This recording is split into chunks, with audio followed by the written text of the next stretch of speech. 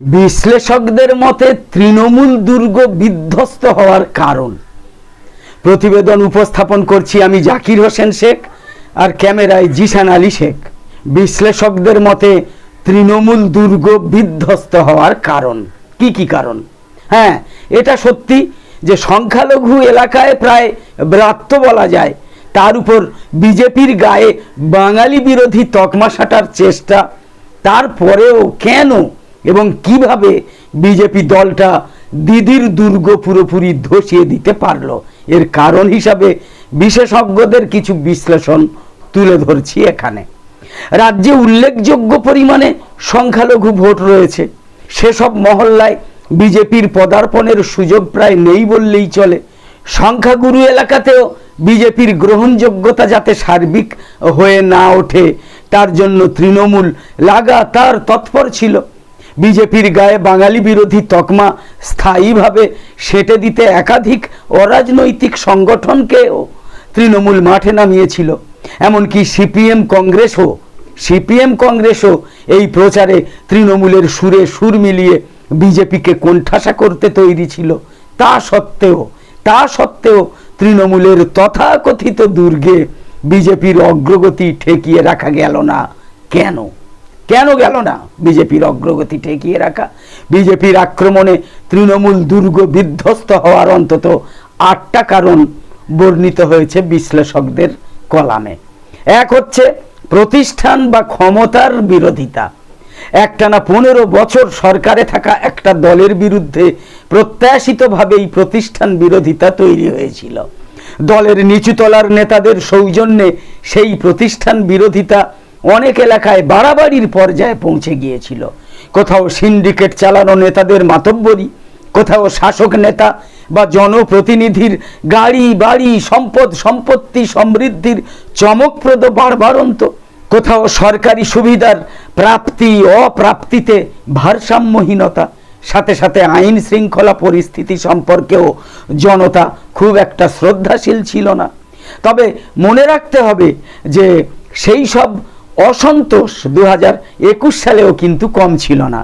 সে কারণেই হয়তো অনেকে মনে করেছিলেন যে 2021 সালেই সরকার বদলে যাবে, কিন্তু দেখা গেল কি না, তৃণমূল আগের চেয়েও বেশি আসন নিয়ে 2021 সালে ক্ষমতায় ফিরেছিল।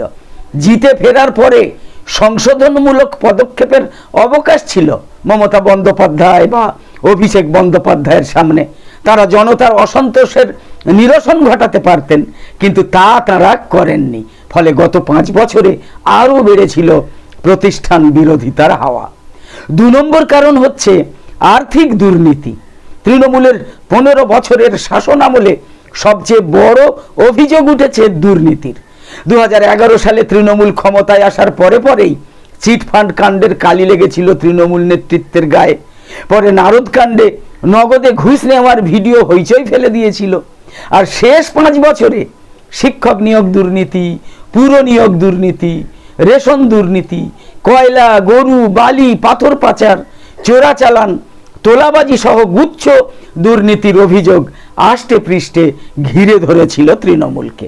নিয়োগ দুর্নীতি, রেশন দুর্নীতি, গরু এবং কয়লা পাচারে একের পর এক তৃণমূল নেতা এবং জনপ্রতিনিধি গ্রেপ্তার হতে থাকেন। সাধারণ জনতার কাছে মমতার ভাবমূর্তি বড়সড় ধাক্কা খায়। তবে এর আগে তার কোনো আঁচ কিন্তু সরকারের উপর পড়েনি। 2016 সালের ভোটের অব্যবহিত আগে নারদকাণ্ড ঘটলেও মমতা বেশি আসন নিয়ে ক্ষমতায় ফিরেছিলেন 2021 সালে। তবে 2021 সালের ভোটের পর তৎকালীন শিক্ষামন্ত্রী পার্থ চট্টোপাধ্যায়ের বান্ধবীর বাড়ি থেকে কোটি কোটি টাকা উদ্ধার হয়েছিল। সেই টাকার পাহাড়ের ছবি ছড়িয়ে পড়ায় ঘোর বিড়ম্বনায় পড়েছিলেন মমতা সহ দলের শীর্ষ নেতৃত্ব। ইডির হাতে গ্রেপ্তার হওয়া পার্থকে তড়িঘড়ি মন্ত্রিত্ব থেকে সরানো হয়েছিল, তার দলীয় পদও কেড়ে নেওয়া হয়েছিল। কিন্তু তারপরে রেশন দুর্নীতিতে জেলে যেতে হয় মন্ত্রী জ্যোতিপ্রিয় মল্লিককে। নিয়োগ দুর্নীতিতে জড়িয়ে পড়েন দলের বিধায়ক মানিক ভট্টাচার্য, জীবন কৃষ্ণ সাহারা। যদিও তার পরেও গত লোকসভা ভোটে তৃণমূল কিন্তু আসন বাড়িয়েছিল। পক্ষান্তরে বিরোধী দল বিজেপির আসন কমেছিল বেশ কয়েকটা। কিন্তু অনেকে বলছেন যে সেই লোকসভা ভোটের সঙ্গে এই বিধানসভা ভোটের মৌলিক পার্থক্য রয়েছে এবং সেই পার্থক্যের নাম হচ্ছে SIR. SIR, special intensive revision. 3 নম্বর কারণ হচ্ছে এসআইআর। অনেকের মতে ভোটার তালিকার বিশেষ নিবিড় সংশোধন তৃণমূলের জন্য বড় রকমের ধাক্কা হয়েছে। প্রথমত এসআইআরে সেই সব নাম তালিকা থেকে ঝেড়ে পুঁছে বাদ গিয়েছে যে ভোটারেরা অস্তিত্বহীন, ভুয়ো, মৃত, স্থানান্তরিত বা একাধিক স্থানে ভোটার হিসাবে নথিভুক্ত ছিল। অভিযোগ উঠত যে ভোটার তালিকায় থেকে যাওয়া এই সব ভুয়ো নাম দেখিয়ে শাসক দল যে ভুয়ো ভোট দিয়ে থাকে তা পশ্চিমবঙ্গের যে কোনো নির্বাচনে বহু বছরের বাস্তবতা। এই প্রক্রিয়া চালু করেছিল সিপিএম। তৃণমূল ক্ষমতায় আসার পরে সেই পরিকল্পনাকে আরও মজবুত করেছিল বলে অভিযোগ। সেই তৃণমূলে ভোট ম্যানেজার হিসাবে প্রতিষ্ঠা পেয়ে গিয়েছিলেন মুকুল রায়। কিন্তু 2024 সালে এসআইআর প্রক্রিয়ার ফলে ভুয়ো নামগুলো তালিকা থেকে বাদ পড়ায় ভুতুড়ে ভোটারদের সহায়তা নেওয়ার অবকাশ তৃণমূলের একেবারে ছিল না। নথি সংক্রান্ত অসঙ্গতির কারণে, মানে নির্বাচন কমিশনের ভাষায় যাকে বলে লজিক্যাল ডিসক্রিপেন্সির কারণে যাদের নাম বাদ গিয়েছিল তাদের বড় অংশই কিন্তু ছিল সংখ্যালঘু সম্প্রদায়ের, মুসলমান সম্প্রদায়ের। যে সংখ্যালঘু মুসলমান সম্প্রদায়ের মানুষ ছিলেন তৃণমূলের বাঁধা ভোট ব্যাংক। মহিলা এবং মুসলিম ভোটকে পুঁজি করেই যে মমতা বছরের পর বছর ভোটে জিতেছেন সেই সত্য সারা রাজ্যের রাজনৈতিক মহলে সর্বজন বিদিত। এসআইআর প্রক্রিয়ায় প্রথম পর্যায়ে বেশি হিন্দু নাম বাদ গিয়েছিল, কিন্তু দ্বিতীয় পর্বে প্রচুর মুসলিম নামও বাদ পড়েছিল, যা নিয়ে উদ্বিগ্ন ছিল তৃণমূল। কিন্তু মমতা বন্দ্যোপাধ্যায় তার বিরুদ্ধে কার্যকর কোনো ব্যবস্থা গ্রহণ করতে পারেননি বা ইচ্ছাকৃতভাবে করেননি। 4 নম্বর কারণ হচ্ছে বিজেপির তোষণের অভিযোগ হিন্দু সম্প্রদায় বিশ্বাস করেছে। তৃণমূলের বিরুদ্ধে সাম্প্রদায়িক তোষণের অভিযোগে লাগাতার সরব ছিল বিজেপি। আপনারা দেখেছেন গত 5 বছরে বেশ কয়েকটা সাম্প্রদায়িক হিংসার ঘটনা সত্ত্বেও অভিযুক্তদের বিরুদ্ধে পদক্ষেপ না হওয়া সংক্রান্ত অভিযোগ সংখ্যাগুরু হিন্দু জনতার উপর প্রভাব ফেলেছিল। মুর্শিদাবাদে হরগোবিন্দ দাস, চন্দন দাসের হত্যাকাণ্ড সেই প্রভাব আরো বাড়িয়ে দিয়েছিল। প্রতিবেশী বাংলাদেশে শেখ হাসিনার সরকারের পতনের পর বিজেপির প্রচার করা সংখ্যালঘু নির্যাতনের ঘটনাও পশ্চিমবঙ্গে প্রভাব ফেলেছিল বলে অনেকের অভিমত। তৃণমূল কিন্তু সেসবে বিশেষ করে কাউন্টার দেয়নি বা দিতে চায়নি। বিজেপি আরএসএস প্রচার শুরু করে এই বলে যে তৃণমূল ক্ষমতায় থাকলে পশ্চিমবঙ্গেও বাংলাদেশের মতো পরিস্থিতি তৈরি হওয়ার আশঙ্কা রয়েছে। ভোটের ফলাফল বলছে বিজেপি আরএসএস এর সেই প্রচার জমি পেয়েছিল। মমতা বন্দ্যোপাধ্যায় বা মমতা বন্দ্যোপাধ্যায়ের তৃণমূল তার পাল্টা ভাষ্য তৈরি করতে পারেনি। 5 নম্বর কারণ হচ্ছে রাজ্য প্রশাসন তৃণমূলের সম্পূর্ণ হাতছাড়া হয়ে যাওয়া। নির্বাচন কমিশন সুকৌশলে এসআইআর পর্ব থেকেই রাজ্যের প্রশাসনে তাদের প্রভাব তৈরি করতে শুরু করেছিল। সেটা ঠেকাতে তৃণমূল তথা রাজ্য সরকার বারবার উচ্চ থেকে উচ্চতর আদালতের দ্বারস্থ হতে থাকে, কিন্তু একের পর এক মামলা করেও এসআইআর প্রক্রিয়ার নিয়ন্ত্রণ তৃণমূল তথা মমতার সরকার হাতে নিতে পারেনি। উল্টে মমতার ভুলে সেই প্রক্রিয়ায় বিচার বিভাগের হস্তক্ষেপের পরিসর তৈরি হয়ে গিয়েছিল। এটা সম্পূর্ণ মমতার ভুলে। অনেকেই তাই মনে করেন যে তার ফলে রাজ্যের প্রশাসনে তৃণমূলের নিরঙ্কুশ নিয়ন্ত্রণ ক্রমশ কমতে শুরু করেছিল। নির্বাচনের দিনক্ষণ ঘোষণা করেই নির্বাচন কমিশন রাতারাতি ব্যাপক রদবদল শুরু করেছিল রাজ্যের প্রশাসনে। মুখ্য সচিব, স্বরাষ্ট্র সচিব বা ডিজি, কমিশনার স্তর থেকে শুরু করে এসডিও, বিডিও বা আইসি, ওসি স্তর পর্যন্ত ব্যাপক রদবদল করা শুরু হয়েছিল এই এসআইআর পর্বে, ভোট ঘোষণার পর্বে। প্রয়োজন মতো বেশ কিছু সরকারি কর্মী এবং প্রশাসনিক কর্তার বিরুদ্ধে শাস্তিমূলক পদক্ষেপ করাও শুরু হয়। ফলে রাজ্যের পুলিশ এবং প্রশাসন তৃণমূলের নিয়ন্ত্রণের একেবারে বাইরে চলে যায়। সেটা এতটাই বাইরে চলে যায় যে স্বয়ং মুখ্যমন্ত্রী প্রচারে গিয়ে প্রকাশ্যেই বলে ফেলেছেন যে মুখ্য সচিব এবং ডিজি তার ফোন পর্যন্ত ধরছেন না। কি আশ্চর্য! 6 নম্বর কারণ হচ্ছে সন্ত্রাস প্রতিরোধ। পুলিশ প্রশাসনের নিয়ন্ত্রণ হাতে নিয়ে এবং বিপুল সংখ্যক কেন্দ্রীয় বাহিনী এনে ভোটের আবহে নির্বাচন কমিশন রাজ্যে মৌলিক বদল এনেছিল। বিশেষজ্ঞরা এটাই বলছেন। বামফ্রন্ট জমানা থেকে বা তৃণমূল যুগ আমাদের রাজ্যের ভোটে শাসক দল বরাবর বিরোধী পক্ষকে দমিয়ে রাখতেই অভ্যস্ত। সেই অভ্যাস থেকেই সন্ত্রাসের আবহ তৈরি হয়। এবার ভোটের অনেক আগে থেকে কেন্দ্রীয় বাহিনী মোতায়েন, তাদের নিয়মিত টহলদারি নিশ্চিত করা, রাস্তায় রাস্তায় সাজোয়া গাড়ির দাপট, হিংসার আঁচ পেলেই বাহিনীর রুদ্রমূর্তি ধারণ শাসক দলকে প্রথম থেকেই খানিকটা বেকায়দায় ফেলে দিয়েছিল। হুমকি দেওয়ার বদলে নিজেদেরই যে পাল্টা হুমকির মুখে পড়তে হবে সেটা তৃণমূল নেতৃত্ব আগে এটা ভাবতেই পারেননি। ফলে কেন্দ্রীয় বাহিনীর অত্যাচারের বিরুদ্ধে, তথাকথিত অত্যাচারের বিরুদ্ধে তৃণমূল প্রচার শুরু করেছিল বটে, কিন্তু তখন অনেক দেরি হয়ে গিয়েছিল বলে দলেরই একাংশ মনে করছেন। ওই অংশ আরো মনে করেন যে এমন পরিস্থিতি মোকাবিলার জন্য দল আগে থেকে মোটেই প্রস্তুত ছিল না। ফলে প্রচার এবং জনসংযোগ পর্বে বিরোধীদের বাধা দেওয়া বা দমিয়ে রাখা তৃণমূলের পক্ষে সম্ভব হয়নি। কেন্দ্রীয় বাহিনী ধারাবাহিকভাবে ভোটারদেরও অভয় দিতে শুরু করে। ফলে অনেকে বলছেন সন্ত্রাসের আবহ এবার ছিলই না, ভোটারেরা তাদের নিজেদের ভোট নিজেরাই দিতে পেরেছেন। 7 নম্বর কারণ হচ্ছে নির্বিঘ্নে ভোট গ্রহণ। গত 15 বছরে যে রাজ্য 6 দফা 7 দফা বা 8 দফায় ভোট গ্রহণ দেখতে অভ্যস্ত হয়ে পড়েছিল, সেই পশ্চিমবঙ্গে 2 দফায় ভোট নিলে ভোট গ্রহণ আদৌ নির্বিঘ্নে হবে কিনা তা নিয়ে অনেকেরই সংশয় ছিল।